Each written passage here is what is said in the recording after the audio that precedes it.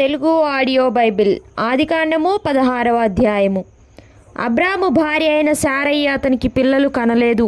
ఆమెకు హాగరు అను ఐగుప్తీయురాలనే దాసి ఉండెను. కాగా శారయి, ఇదిగో నేను పిల్లలు కనకుండా యెహోవా చేసి ఉన్నాడు. నీవు దయచేసి నా దాసితో పొమ్ము, ఒకవేళ ఆమె వలన నాకు సంతానము కలుగవచ్చునని అబ్రాముతో చెప్పెను.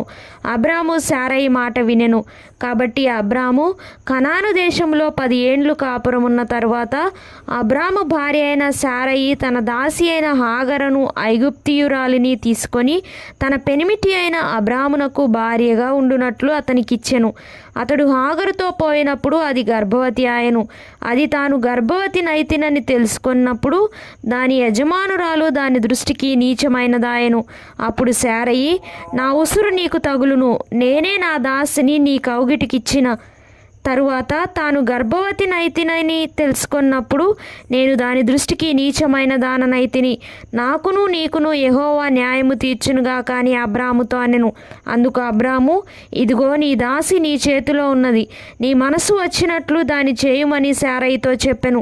శారయి దాని శ్రమ పెట్టినందున ఆమె యొద్ద నుండి అది పారిపోగా యెహోవా దూత అరణ్యంలో నీటి బుగ్గ యొద్ద అనగా షూరు మార్గంలో బుగ్గ యొద్ద ఆమెను కనుగొని, శారయి దాసివైన హాగరు, ఎక్కడి నుండి వచ్చితివి, ఎక్కడికి వెళ్ళుచున్నావని అడిగినందుకు అది, నా యజమానురాలైన శారయి యొద్ద నుండి పారిపోచున్నానెను. అప్పుడు యెహోవా దూత, నీ యజమానురాలి యొద్దకు తిరిగి వెళ్ళి ఆమె చేతి క్రింద అణిగి ఉండుమని దానితో చెప్పెను. మరియు యెహోవా దూత, నీ సంతానమును నిశ్చయముగా విస్తరింపజేసెదను, అది లెక్కింప వీలు లేనంతగా విస్తారమవునని దానితో చెప్పెను. మరియు యెహోవా దూత, ఇదిగో యెహోవా నీ మొరను వినెను, నీవు గర్భవతివై ఉన్నావు, నీవు కుమారుని కని అతనికి ఇష్మాయేలు అను పేరు పెట్టుదువు. అతడు అడవిగాడిద వంటి మనుష్యుడు, అతని చెయ్యి అందరికిని అందరి చేతులు అతనికిని విరోధముగా ఉండును.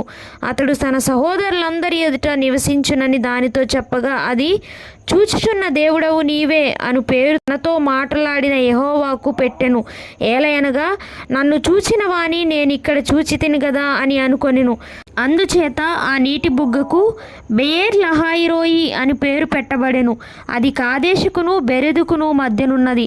తరువాత హాగరు అబ్రామునకు కుమారుని కనెను. అబ్రాము హాగరు కనిన తన కుమారునికి ఇష్మాయేలను పేరు పెట్టెను. హాగరు అబ్రామునకు ఇష్మాయేలును కనినప్పుడు అబ్రాము 86 ఏండ్ల వాడు.